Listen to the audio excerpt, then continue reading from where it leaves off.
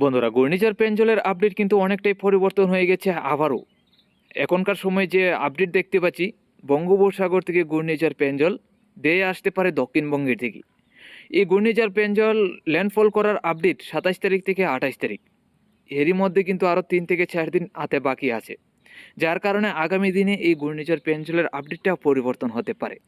দেখুন, 26 তারিখ থেকে 27 তারিখের মধ্যে আমরা যেটা দেখতে পাচ্ছি, শ্রীলঙ্কা, তামিলনাড়ু এবং অন্ধ্রপ্রদেশের সাইড নিয়ে এই ঘূর্ণাবর্ত বা নিম্নচাপগুলি এগিয়ে আসবে। তারপর আগামী 28 তারিখ থেকে 29 তারিখের মধ্যে বঙ্গোপসাগরের উত্তরের দিকে এগিয়ে আসার সম্ভাবনা। দেখুন, আমরা যেটা দেখতে পাচ্ছি, দক্ষিণবঙ্গে বিশেষ করে বাংলাদেশ, আমাদের ত্রিপুরা, আসামের শিলচরের সাইড নিয়ে এই নিম্নচাপ প্রবেশ করার সম্ভাবনা আছে আগামী 27 তারিখ থেকেই। আগামী 27 তারিখ থেকে 28 তারিখের মধ্যে মোটামুটি নিম্নচাপ অনেকটাই প্রবেশ করবে দক্ষিণবঙ্গের উপর। দেখুন, অনেকটাই দিক পরিবর্তন হওয়ার আশঙ্কা। এই ঘূর্ণিঝড় পেঞ্জল কিন্তু দক্ষিণবঙ্গে প্রবেশ করবে, দক্ষিণবঙ্গের দিকে ল্যান্ডফল করতে পারে। এখনও পর্যন্ত আমরা যে আপডেটটা দেখতে পাচ্ছি, আগামী 29 তারিখ থেকে 30 তারিখের মধ্যে অন্ধ্রপ্রদেশ এবং উড়িষ্যার উপকূল ধরে এগিয়ে আসার সম্ভাবনা। তো বন্ধুরা, আগামী 28 তারিখ এবং 29 তারিখের আপডেট আস্তে আস্তে আরও 3 থেকে 4 দিন, 4 দিন না, আরও 5 থেকে 6 দিনের আপডেট বাকি আছে। হয়তো এই 6 দিনের মধ্যে আরও পরিবর্তন হয়ে যেতে পারে।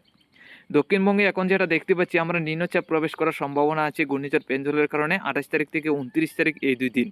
নিম্নচাপের কারণে ভারী থেকে অতি ভারী বৃষ্টি হবে, বজ্রবিদ্যুৎ সহ দমকা ঝোড়ো হওয়া না থাকলেও ঝড় বৃষ্টি থাকবে।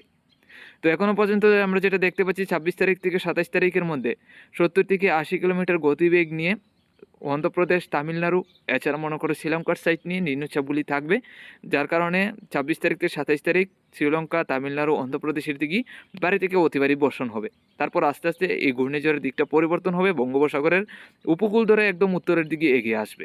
আগামী 30 তারিখ থেকে 1 তারিখের মধ্যে যদি আমরা দেখি, তাহলে আগামী 30 তারিখের মধ্যে আমরা দেখতে পাচ্ছি নিম্নচাপগুলি থাকবে উড়িষ্যা, অন্ধ্রপ্রদেশ, কলকাতা, আমাদের ত্রিপুরা, বাংলাদেশের দক্ষিণের জেলাগুলি সহ।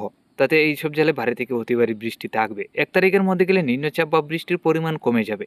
দক্ষিণবঙ্গে উড়িষ্যা, অন্ধ্রপ্রদেশ এবং কলকাতার উপকূলবর্তী এলাকায় নিম্নচাপ তেমন থাকবে না। বাংলাদেশ, কলকাতার উপকূলের দিকে পরিষ্কার হবে, শুধু অন্ধ্রপ্রদেশের সাইড নিয়ে কিছু নিম্নচাপ থাকবে। তো বন্ধুরা, ঘূর্ণিঝড়ের আপডেট আরও পরিবর্তন হতে পারে, প্রত্যেকদিন আপডেট নিয়ে আসবো এবং প্রত্যেকদিন নজর রাখবো যে ঘূর্ণিঝড় ল্যান্ডফল করার সম্ভাবনা আছে কিনা বাংলাদেশ এবং আমাদের ত্রিপুরা রাজ্যের দিকে। এখন চলে যাচ্ছি, নিম্নচাপের কারণে আগামী দিনে তাপমাত্রা কমবে নাকি বাড়বে। আজ 24শে নভেম্বর, রবিবার 2024। আজকে সকালের মধ্যে যদি আমরা দেখি, তাহলে দেখতে পাচ্ছি সর্বনিম্ন তাপমাত্রা 17 থেকে 18 নয় 16 থেকে 17-র কাছাকাছি দেখতে পাচ্ছি ত্রিপুরা, বাংলাদেশ, আসামে শিলচর সহ। আজকে দুপুরের মধ্যে সর্বোচ্চ তাপমাত্রা থাকবে 28 থেকে 29। রাত্রির মধ্যে গেলে দেখতে পাচ্ছি সর্বনিম্ন 17 থেকে 18। তো বন্ধুরা, রাত্রির তাপমাত্রাও কিন্তু অনেকটা কম দেখতে পাচ্ছি, রাত্রির দিকেও কিন্তু ঠান্ডা অনুভব হবে। আমাদের ত্রিপুরা সহ বাংলাদেশের একাধিক জেলায় অনেকটাই ঠান্ডা থাকবে। আগামীকালকে সকালের মধ্যে 15 থেকে 16, আগামীকাল থেকে 1 থেকে 2 ডিগ্রি তাপমাত্রা কমবে, যার কারণে আগামীকাল থেকে আরও ঠান্ডা বাড়বে। আগামীকাল দুপুরের মধ্যে গেলে দেখতে পাচ্ছি 27 থেকে 28 সর্বোচ্চ। রাত্রির মধ্যে গেলে দেখতে পাচ্ছি এই 17 থেকে 18-র কাছাকাছি থাকবে সর্বনিম্ন তাপমাত্রা। তো রাত্রির মধ্যে অনেকটা ঠান্ডা অনুভব হবে। তারপর আবারও যেহেতু নিম্নচাপ প্রবেশ করতে যাচ্ছে 28 তারিখ থেকে 29 তারিখ, তাদের তাপমাত্রা ঊর্ধ্বমুখী হবে নাকি কমবে। দেখুন, আমরা দেখতে পাচ্ছি 28 তারিখ সকালের মধ্যে সর্বনিম্ন তাপমাত্রা 16 থেকে 17। তার মানে আমরা যেটা দেখতে পাচ্ছি, নিম্নচাপ এবং বৃষ্টি থাকলেও তাপমাত্রা কিন্তু ঊর্ধ্বমুখী হবে না, ঠান্ডার সাথে বৃষ্টি হবে দক্ষিণবঙ্গে।